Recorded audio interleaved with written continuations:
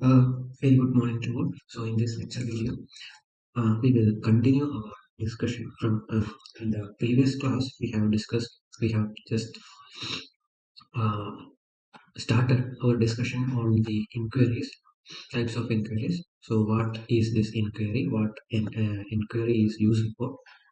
Okay, and we have and in the earlier classes we have studied various moral issues. So in order to solve those moral issues, we have to conduct inquiries. So once one so if you are conducting inquiries, so the inquiries can be classified into three. So there are three types of inquiries: normative inquiry, conceptual inquiry, and facts inquiry. Factual. Okay. So factual or descriptive inquiry. Now, the normative inquiry we have studied in the previous class. So in this lecture video, we will discuss what do you mean by conceptual inquiry. So inquiry, so conceptual inquiry as yes, it is first of all I will define it. It is directed to clarify the meaning of concepts or ideas or principles that are expressed by words or by questions and statements. So I will let us take an example. So as imagine that you are placed in a reputed organization of core electrical engineering like Siemens. Okay, you have appointed there as the engineer. Okay, as an electrical engineer, and on the very first day of your job of your what career. Okay, your what you will do first of all.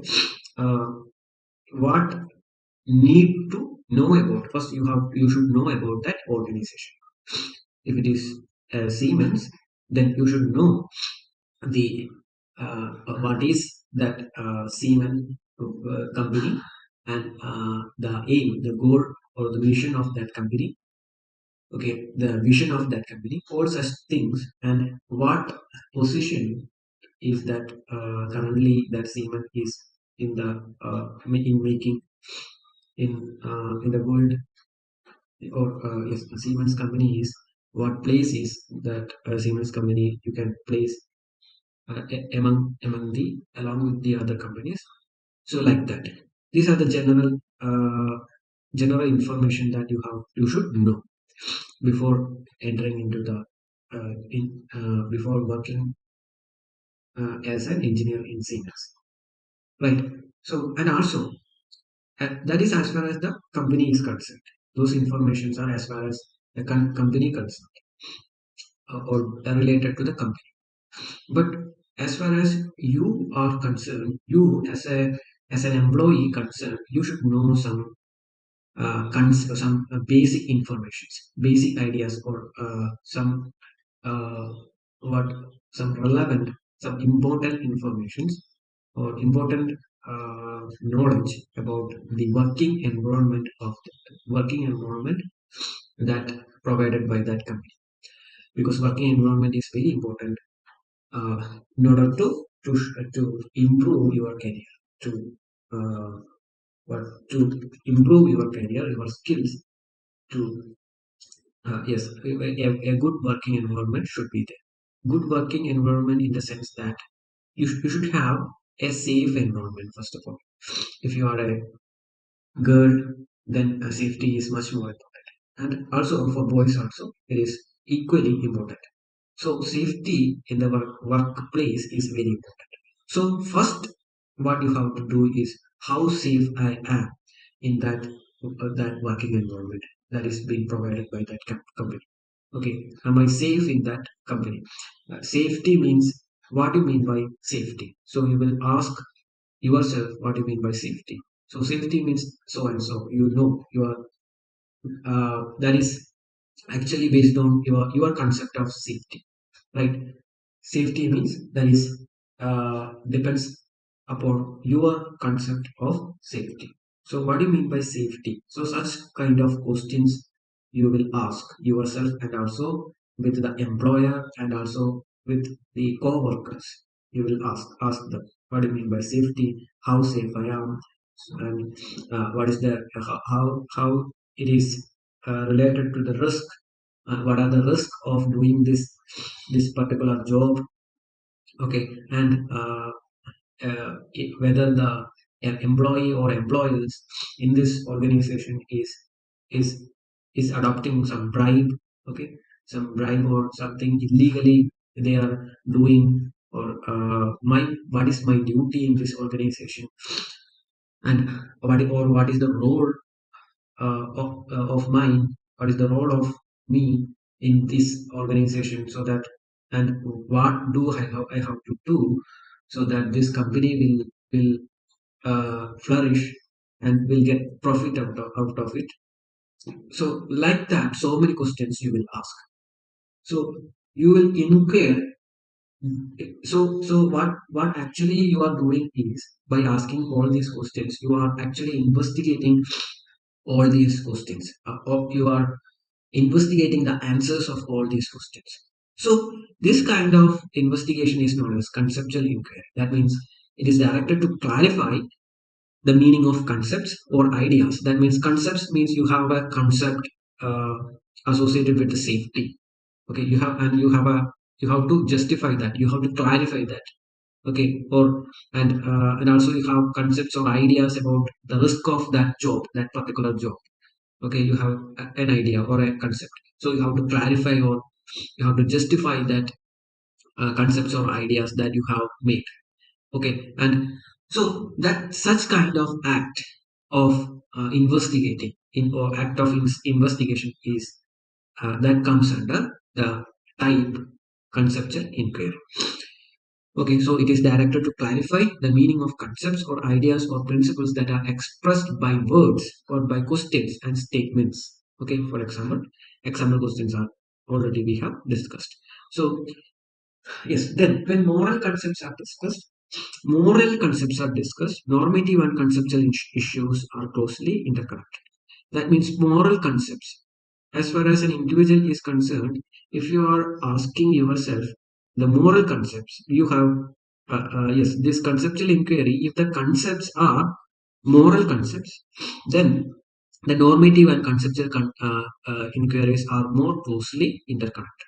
So that is what in this conceptual inquiry. Okay, and also another example of conceptual inquiry is that okay, so such kind of examples we have already discussed. So then we are moving on to the next discussion, that is next type of inquiry, that is what do you mean by the factual or descriptive inquiry. That means this is something in the form of a descriptive sentence. It will be like descriptive in nature. It may be descriptive in nature, and also it is based on some facts. Okay, so that is factual or descriptive inquiry. So that means it is aimed to obtain facts. Okay, facts needed, facts or truth you can say. So facts needed. So facts in the sense that in engineering it is facts means these are data. Okay, data. So it is aimed to obtain facts needed for understanding and resolving value issues. Value issues. Yes, the best example is that researchers, if you yes, researchers conduct factual inquiries using mathematical or statistical technique. That means if you are joining, if you are in the future, if you are going for a PhD, or yes, going for a PhD, then in that what you are you will do is this. Actually, this factual or descriptive inquiry is what you are you are doing there.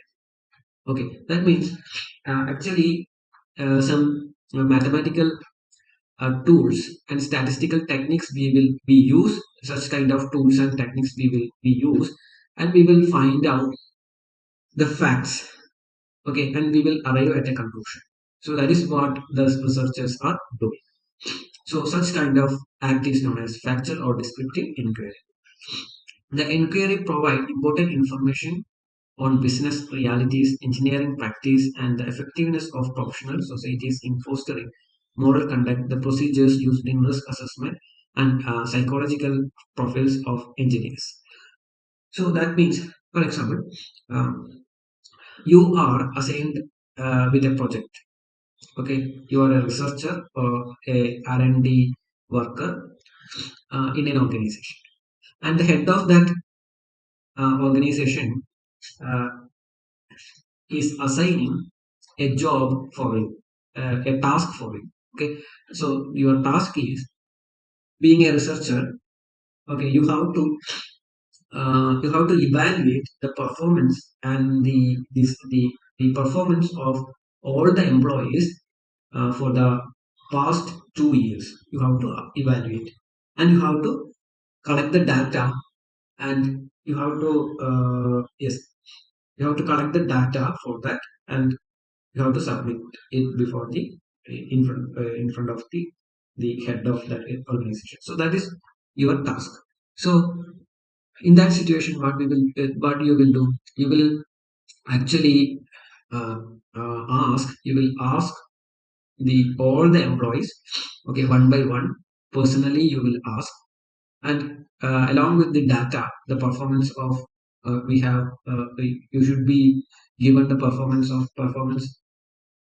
data of each and every employee. So that also with you, and you will ask them some questions, right? Ask the employees some questions. That means, are you satisfied with this salary, or how is your working environment? Is it safe? Okay, and what are the risks you are facing in the working environment while doing the job? Okay, so something so like that, you will ask them. Okay, and you based on their knowledge, they will give you the answers. So that you will collect those data, okay, of each and every employee, and then after that, what you will do is what you will analyze those data, and you will arrive at a conclusion. Okay, so this is what is research, what the researchers will do. So this kind of an inquiry based on facts, okay, is known as factual or descriptive inquiry. Okay, and the facts provide not only the reasons for moral problems but also enable us to develop alternative ways of resolving moral problems. That means, uh, yes, you have after the factual or descriptive inquiry, you have found that some number of a particular group of people is always ignored. Okay, as far as the income is concerned, or the salary is being given to them is actually very much low, so that their morale are very low. So you have found that as a fact, okay, based on some data given by the employee, okay, as a result of your research. Okay, so in that case, that factual or descriptive inquiry you have done will benefit the organization to assess to solve such kind of problem, okay, very effectively. So that is what the facts provide, not only the reasons for moral problems but also enable us to develop alternative ways of solving moral problems. So that is what the importance of this factual or descriptive inquiry. Okay, so another example, in general, you can say that yes, imagine that in your place, in your village, a nuclear power plant is going to be commissioned, going to be built. So we all know the yes, actually the government is planning to install the nuclear power plant because the in order to meet the ever increasing power demand, in order to meet that, okay, and also to contribute to the development of the country. So that is what the government is aiming. But we know that the yes, the nuclear power plant will after the installation of that particular power plant, the radiation will be high, and that radiation will affect the human directly. So that will cause so many health issues, and also deadly diseases like cancer. So that all you know. So you and your friends have decided to study the the impact of nuclear power plant, the possible impact of nuclear power plant, or possible impact of power plant in the lives of human life, and also the other life, that is the surroundings, etc. Okay, so you have planned to research on it.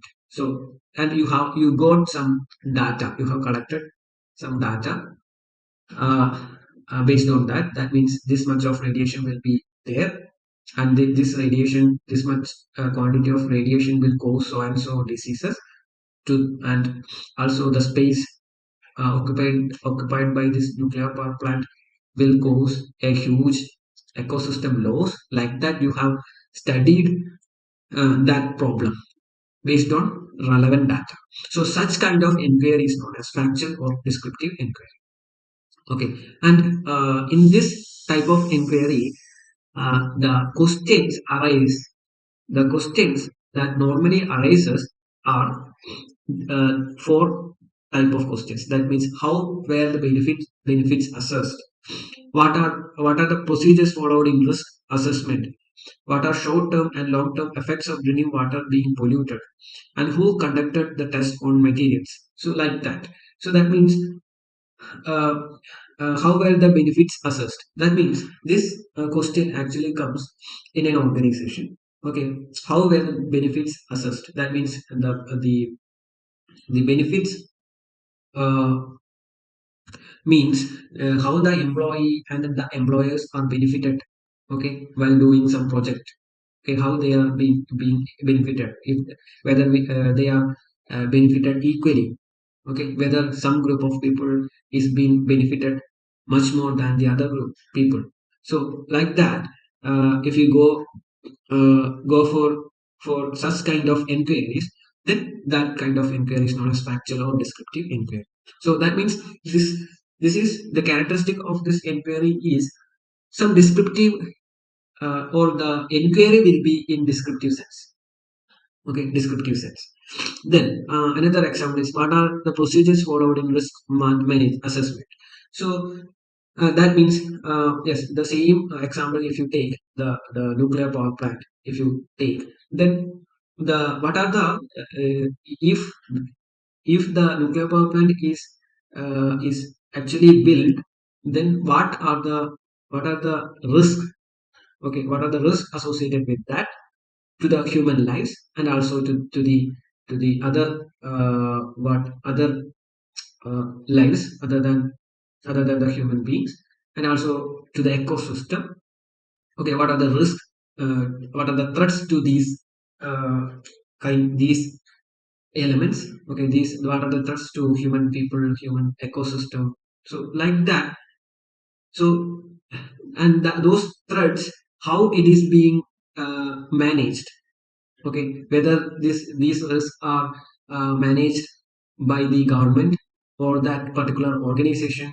Okay, that means the owner of that power plant, or you have, or these risks are uh, solely solely, and it is uh, given, it is actually given to the the civilians of that particular locality. Okay, so that means that burden of risk management is being given to that particular people of that locality. So such kind of facts, if you are studying with available data, then that's such kind of act can be classified under this actual or descriptive inquiry. Okay, then what are yes, another question that will arise in this factual or descriptive inquiry. is what are short term and long term effects of drinking water being polluted. Okay, so that means this is actually, if you this question comes under this factual or descriptive inquiry. That means, why? Because this is in a descriptive manner.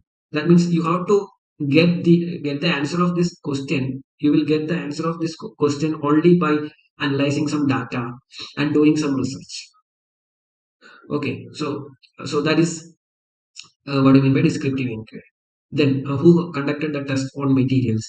So that means, if you, for example, if you are purchasing some yes, you are if you are purchasing a mobile phone, and that mobile phone is made up of some material, maybe plastic material, or an aluminum material, or something like that.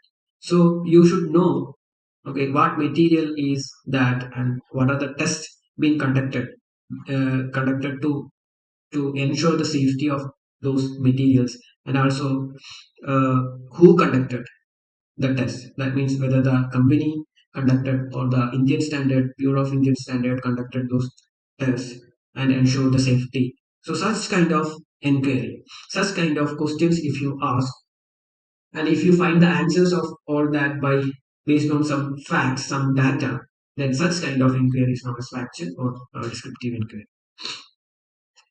So we are moving on to the next topic. So that topic, that means the types of inquiries is over. So we are discussing the next topic, that is moral dilemma. Moral dilemma. That means dilemma means it is a confusion, a state of confusion, that whether to do whether to do or not to do, or what to do and what not to do, what not to do. So a confusion in making a decision. Okay, so that kind of state is known as dilemma. Okay, moral dilemma means the dilemmas are situations in which moral reasons come into conflict. That means you have uh, the morals. Okay, two morals that uh, that both those models can be applied to a particular situation. Okay, but the consequence of those two models are different. So you are confused with what moral you have to apply on that particular situation. So that is known as moral dilemma. Dilemma. Then, okay, so that dilemmas are situations in which moral reasons come into conflict. Conflict എന്ന് പറഞ്ഞു കഴിഞ്ഞാൽ ഒരു എന്താ പറയുക വൈരുദ്ധ്യം എന്ന് പറയും. So, or in which the application of moral values are problems, and one is not clear of the immediate choice or solution of the problems. A typical example you can imagine like this. That means you are attending a competitive examination, a multiple choice question based examination. So in that exam, there is a numerical multiple choice question. You have met with a numerical type question. So, and the correct answer they have given, they have given actually four options.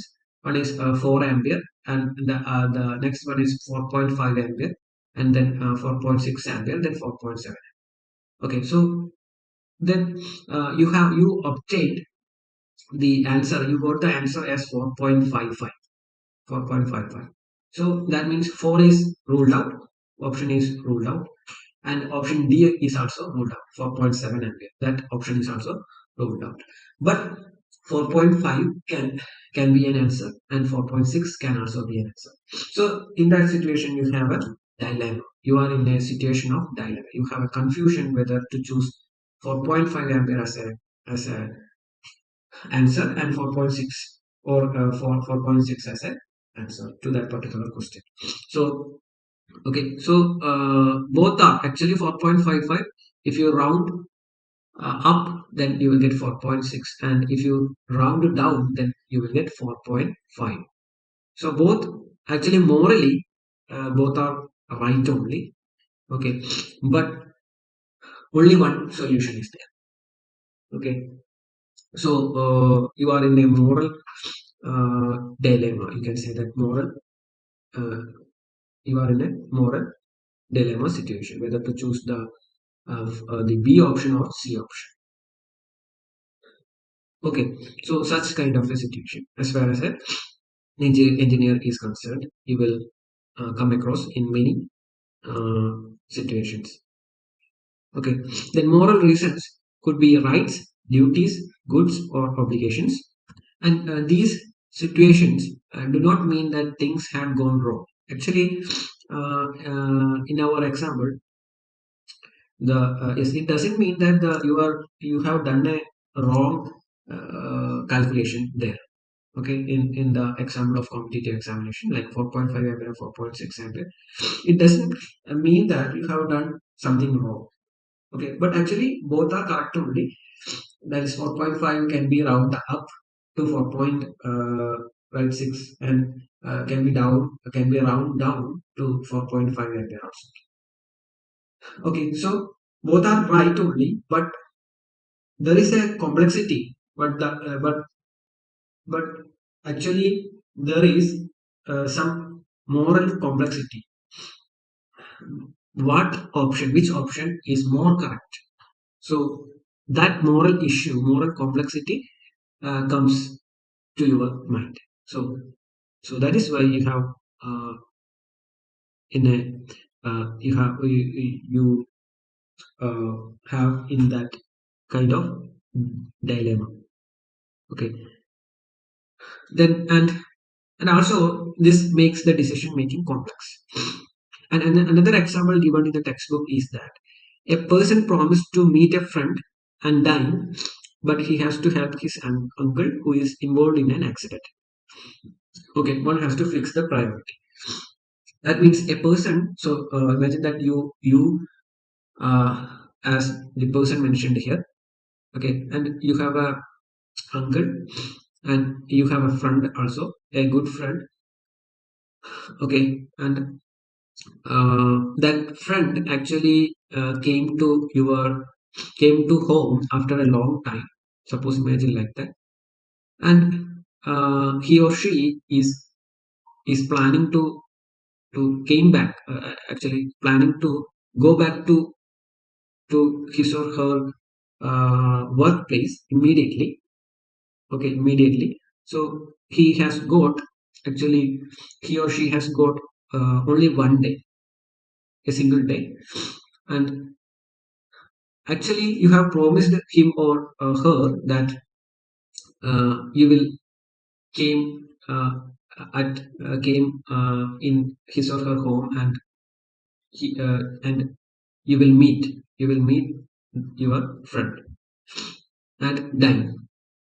Okay, so actually you promised uh, to meet and dine with your friend, but suddenly what happened is that your uncle got accident.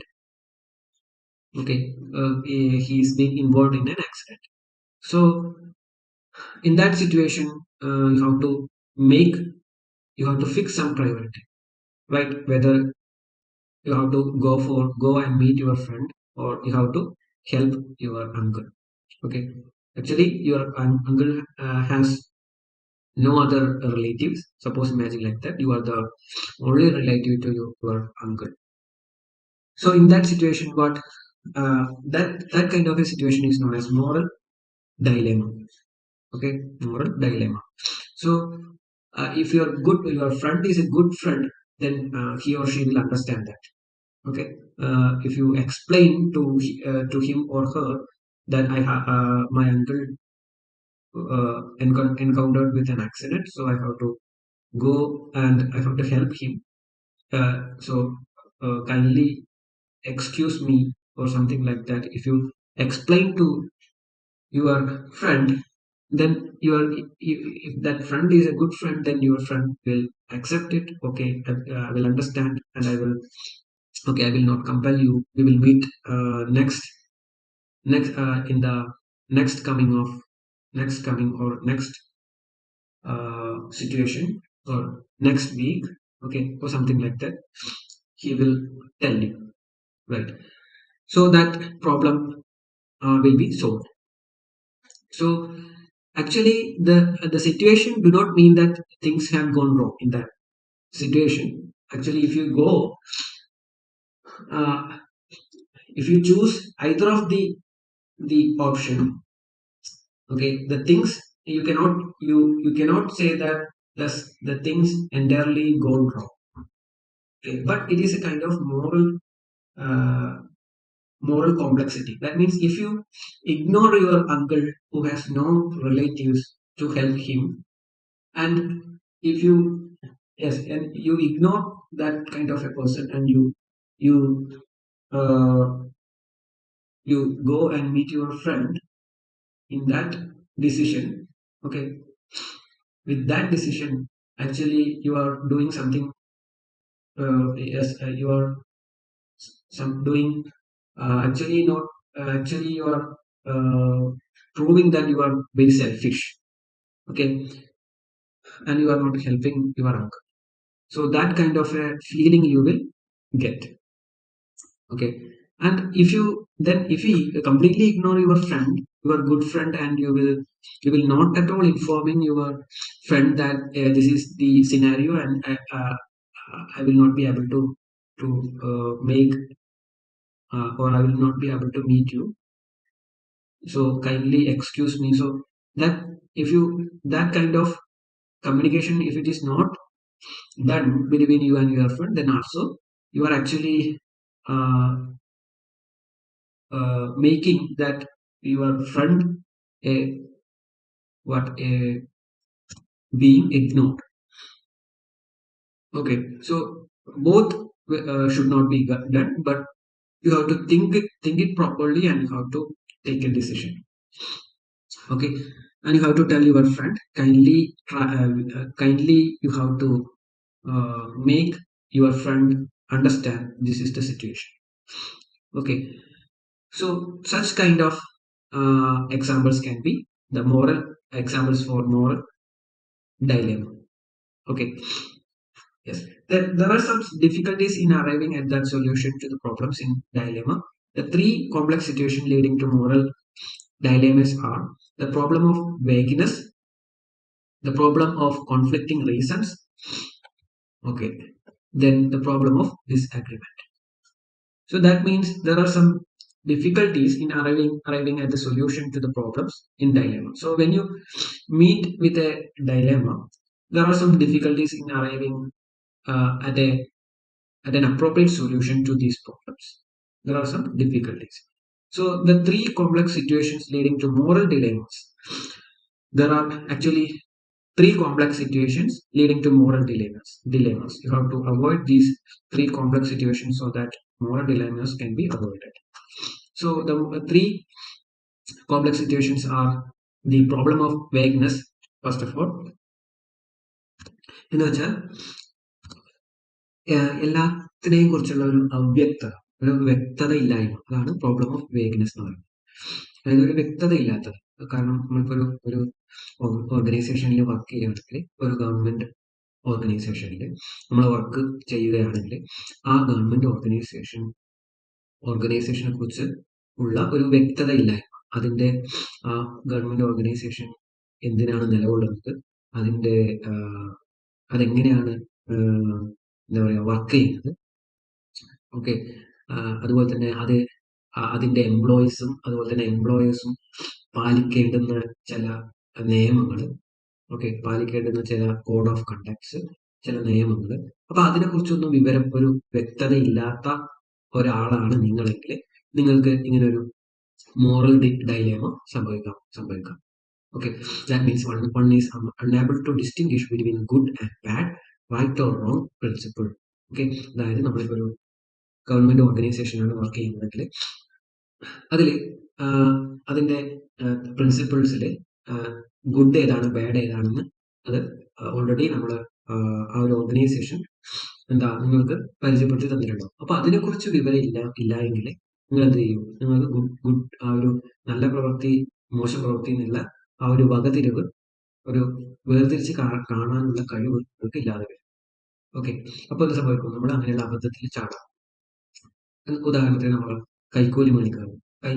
കൈക്കൂലി മേടിക്കുമ്പോൾ കൈക്കൂലി നിയമപ്രകാരം തെറ്റാണെന്ന് നമുക്ക് അറിയാമെങ്കിൽ, അതുപോലെ തന്നെ അതിന്റെ കോൺസിക്വൻസസ്, അതിന്റെ ഇങ്ങനെ കൈക്കൂലി മേടിച്ച് പിടിക്കപ്പെട്ട് കഴിഞ്ഞാൽ എന്തൊക്കെ ശിക്ഷ നമുക്ക് കിട്ടും, എന്തൊക്കെ അതിന്റെ കോൺസിക്വൻസസ് എന്തൊക്കെയായിരിക്കും എന്നൊക്കെ നമ്മൾ അറിയാം എന്നുണ്ടെങ്കിൽ ആ നിയമവശങ്ങളും ബാക്കിയുള്ള എല്ലാം നമുക്ക് പ്രധാനമായിട്ടും നിയമവശങ്ങൾ, അതിനെക്കുറിച്ചുള്ള നിയമവശങ്ങൾ നമുക്ക് അറിയാമെങ്കിൽ നമ്മൾ സ്വാഭാവികമായിട്ടും ആ ഒരു ബ്രൈബ്, അതായത് ബ്രൈബ് എന്ന് പറഞ്ഞു കഴിഞ്ഞാൽ ആ ഒരു കൈക്കൂലി മേടിക്കുക അല്ലെങ്കിൽ കോഴ മേടിക്കുന്നതിൽ നിന്ന് നമ്മൾ പിന്തിരിയും. ഓക്കെ, അപ്പൊ അതാണ് ദ പ്രോബ്ലം ഓഫ് ബാഡ്നെസ്. അപ്പൊ ആ ഒരു വ്യക്തത ഇല്ലാത്തത്, അങ്ങനെയുള്ള പ്രിൻസിപ്പിൾസ്, എഴുതപ്പെട്ട നിയമങ്ങൾ അറിയാത്തത് കൊണ്ടും നിയമത്തിന്റെ ആ ഒരു കോൺസിക്വൻസ് അല്ലെങ്കിൽ ശിക്ഷയെ കുറിച്ച്, അത് ചെയ്താലുള്ള ശിക്ഷയെ കുറിച്ച് നമ്മൾ അറിയാത്തത് കൊണ്ടൊക്കെ നമുക്ക് ഇങ്ങനെയുള്ള മോറൽ ഇഷ്യൂസ് വരാം. Okay. For example, Code of Ethics specifies that one should obey the laws and follow standards, refuse bribe or accept the gift, and maintain confidentiality. So, Code of Ethics, ഓരോ ഓർഗനൈസേഷനും അവരവരുടെ code of ethics ഉണ്ടാവും. അപ്പോൾ അതിൽ അവർ പറയുന്നുണ്ടാവാം loss follow ചെയ്യണം, ലോസും അതുപോലെ തന്നെ standard പ്രാക്ടീസും follow ചെയ്യണം, അതുപോലെ തന്നെ കൈക്കൂലി മേടിക്കാൻ പാടില്ല എന്നൊക്കെ ആ ഒരു പർട്ടിക്കുലർ ഓർഗനൈസേഷൻ പറയുന്നുണ്ടാവും. അതേസമയത്ത് ഗിഫ്റ്റായിട്ട് അക്സെപ്റ്റ് ചെയ്യാം, അതുപോലെ തന്നെ കോൺഫിഡൻഷ്യാലിറ്റി മെയിൻറ്റെയിൻ ചെയ്യാം. ഓക്കെ, അത് കോൺഫിഡൻഷ്യാലിറ്റി മെയിൻറ്റെയിൻ ചെയ്യണമെന്നൊക്കെ ഉള്ള റൂള് നമ്മൾ ഈ എന്താ പറയുക, നമ്മുടെ ഡിഫൻസ് സംബന്ധിച്ചിട്ടുള്ള ഓർഗനൈസേഷൻ അവർ പറയുന്നത്. അപ്പൊ അതിനെക്കുറിച്ചൊക്കെ നമുക്കൊരു വ്യക്തത ഉണ്ടെങ്കിൽ നമുക്ക് ഈ ഒരു മോറൽ ഇഷ്യൂസ് ഉണ്ടാവില്ല. ഓക്കെ, അല്ല, മോറൽ ഡിലേമ ഉണ്ടാവില്ല, ഒരു കൺഫ്യൂഷൻ ഉണ്ടാവില്ല. ഓക്കെ, ഒരു കൺഫ്യൂഷൻ ഉണ്ടാവില്ല. ഫോർ എക്സാമ്പിൾ, ഒരു ചാരപ്രവൃത്തിയാണെന്ന് വിചാരിച്ചു, അല്ലെങ്കിൽ ഇവിടെ ഒരു മെയിൻറ്റെയിൻ കോൺഫിഡൻഷ്യാലിറ്റി എന്ന് പറഞ്ഞിട്ട് നമ്മളൊരു DRDO സയന്റിസ്റ്റ് ആണെന്ന് വിചാരിച്ചു. അപ്പോൾ അവിടെ DRDO ഓർഗനൈസേഷൻ, അതുപോലെ തന്നെ ഗവൺമെന്റിന്റെ പല കോൺഫിഡൻഷ്യൽ ആയിട്ടുള്ള കാര്യങ്ങളും നമ്മളിലേക്ക് വന്നിട്ടായിരിക്കാം ചിലപ്പോൾ വേറെ പലരിലേക്ക് എത്തുന്നത്. അപ്പൊ നമുക്കത് അറിയാമെങ്കിൽ അതൊരു കോൺഫിഡൻഷ്യൽ ആയിട്ടുള്ള ഒരു കാര്യമായിട്ട് അതിനെ പ്രൊട്ടക്ട്, ആ ഒരു ഇൻഫർമേഷൻ പ്രൊട്ടക്ട് ചെയ്തുകൊണ്ട് തന്നെ നമ്മൾ പ്രവർത്തിക്കണം. ഓക്കെ, അങ്ങനെ വരുമ്പോൾ നമുക്ക് ഈ ഒരു ചാരപ്രവൃത്തിയോ അങ്ങനെയുള്ള കാര്യങ്ങളൊന്നും ചെയ്യാൻ വേണ്ടി തോന്നില്ല.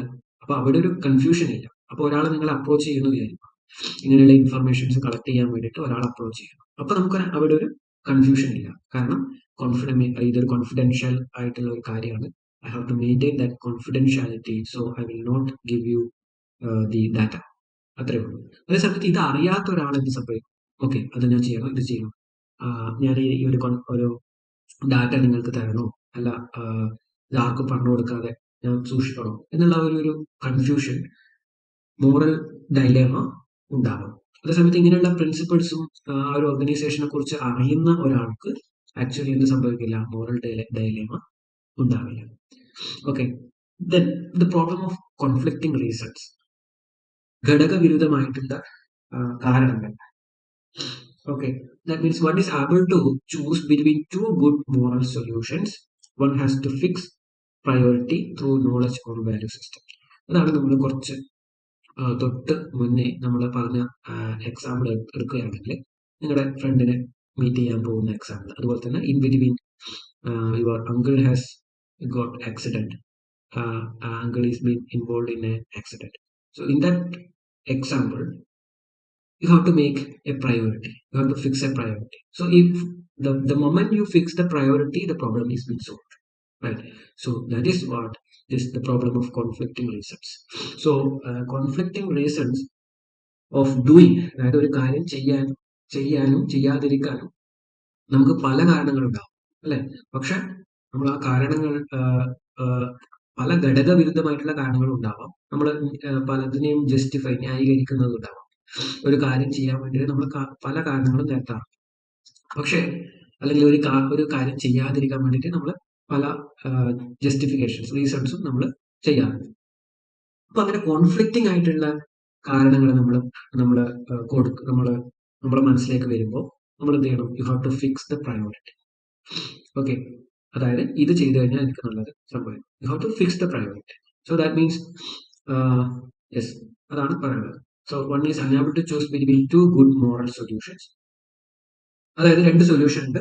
ആ രണ്ട് സൊല്യൂഷൻ രണ്ടും മോറലി അക്സെപ്റ്റബിൾ, രണ്ടും ധാർമ്മികമായിട്ട് ആ, ശരിയായിട്ടുള്ളത് തന്നെയാണ്. പക്ഷെ you have to fix the priority. ഏതാണോ മുൻഗണന വെച്ചിട്ട് നിങ്ങൾ അത് ചൂസ് ചെയ്യുക എന്നുള്ളതാണ്. സോ ഫോർ എക്സാമ്പിൾ, നിങ്ങളുടെ അച്ഛനും അമ്മയും പറയുന്ന ഒരു കാര്യം നിങ്ങൾ അനുസരിക്കുന്നു, അല്ലെ? അപ്പോൾ നിങ്ങൾ അച്ഛനും അമ്മയും പറയുന്നു, നിങ്ങൾ എന്താ പറയാ, ഒരു ജോലിക്ക് അപ്ലൈ ചെയ്യുക, അല്ലെങ്കിൽ ഒരു സ്ഥലത്ത് പോവുക. ഒരാൾ പറയുന്നു, അല്ല അതുപോലെ തന്നെ ഒരു കോഴ്സ് എടുക്കണമെന്ന് നിങ്ങളുടെ അച്ഛനും അമ്മയും പറയും. ഒരു പർട്ടിക്കുലർ കോഴ്സ് എടുക്കണമെന്ന് നിങ്ങളുടെ അച്ഛനും അമ്മയും പറയും. ഓക്കെ, അല്ലെങ്കിൽ അച്ഛൻ പറയുന്നു ഒരു കോഴ്സ് എടുക്കണമെന്ന് നിങ്ങളുടെ അച്ഛൻ പറയും. അമ്മ പറയുന്നു വേറൊരു കോഴ്സ് എടുക്കണം. അച്ഛൻ പറയുന്നു എഞ്ചിനീയറിംഗ് എടുക്കണമെന്ന്, അമ്മ പറയുന്നു മെഡിസിൻ എടുക്കണമെന്ന് പറയുന്നു. ഓക്കെ, ചേട്ടൻ പറയുന്നു ആർട്സ് ആൻഡ് സയൻസ് ഡിഗ്രി എടുത്ത് പോയാൽ മതി എന്ന് പറയുന്നു. ഓക്കെ, അപ്പൊ ഇങ്ങനെ 3 ഒപ്പീനിയൻസ് ഉണ്ടെന്ന് വിചാരിച്ചു. അപ്പൊ എന്താണ്, പക്ഷെ മൂന്നിലും നിങ്ങൾക്ക് താല്പര്യം, മൂന്നും ഒട്ടും മോശമല്ല, മൂന്നിലും എനിക്ക് ശോഭിക്കാൻ പറ്റുമെന്ന് അങ്ങനെയുള്ള ആൾക്കാരുണ്ടാവുമല്ലോ. അപ്പൊ മൂന്നിലും എനിക്ക് ശ്രമിക്കാൻ പറ്റും. അപ്പൊ എന്താ, എല്ലാ സൊല്യൂഷൻസും ധാർമ്മികമായിട്ട് ശരി തന്നെയാണ്. പക്ഷേ you have to choose, you have to fix the priority. Okay, okay, അമ്മ പറയുന്നത് ശരി, അല്ലെങ്കിൽ അച്ഛൻ പറയുന്നതാണ് പ്രയോറിറ്റി, അതാണ് എന്റെ മുൻഗണന. ശരി എന്നുള്ളതല്ല, 3 പേരും, ഏട്ടൻ പറയുന്നത് അതുപോലെ തന്നെ അച്ഛൻ അമ്മ എല്ലാ 3 പേര് പറയുന്നത് ശരി തന്നെയാണ്. പക്ഷെ മുൻഗണന ഒരാൾ പറയുന്നതാണ് മുൻഗണന, അവർക്ക് കൊടുക്കുന്നു. അങ്ങനെ ആ ഒരു സൊല്യൂഷൻ കിട്ടുന്നു, അത്രയേ ഉള്ളൂ. ധാർമ്മികമായിട്ട് എല്ലാം ശരിയാണ്, പക്ഷെ നമ്മൾ ഒരു പ്രയോറിറ്റി ഫിക്സ് ചെയ്യുന്നു, അത്രയേ ഉള്ളൂ. അടുത്ത വേറൊരു സിറ്റുവേഷൻ, ഒരു ഈ ഒരു മോറൽ ഡൈലേമ വരാൻ സാധ്യതയുള്ള ഒരു സിറ്റുവേഷൻ എന്ന് പറയുന്നത്, നിങ്ങൾക്ക് മറ്റൊരാളുമായിട്ട് ഒരു തരത്തിൽ നമുക്ക് അഗ്രി ചെയ്യാൻ വേണ്ടി പറ്റില്ല. That means the problem of disagreement. So ആ ഒരു കേസിൽ എന്താ, ആ ഒരു കേസിലും ഒരു മോറൽ ഡൈലേമ സംഭവിക്കാം. That means there may be 2 or more solutions, and some of them mandatory. These solutions may be better or worse in some respects, but not in all aspects. One has to interpret, apply different morally reasons, and analyze and rank the decisions, select the best suitable under the existing and the most probable conditions. That means, yes. അപ്പോൾ ഈ ഒരു the problem of disagreement, അത് നമുക്ക് ഒരു best ഒരു situation എടുത്തു കഴിഞ്ഞാൽ, നമ്മളിപ്പോൾ എല്ലാവരും കോവിഡിന്റെ ഒരു സിറ്റുവേഷനിലാണ്.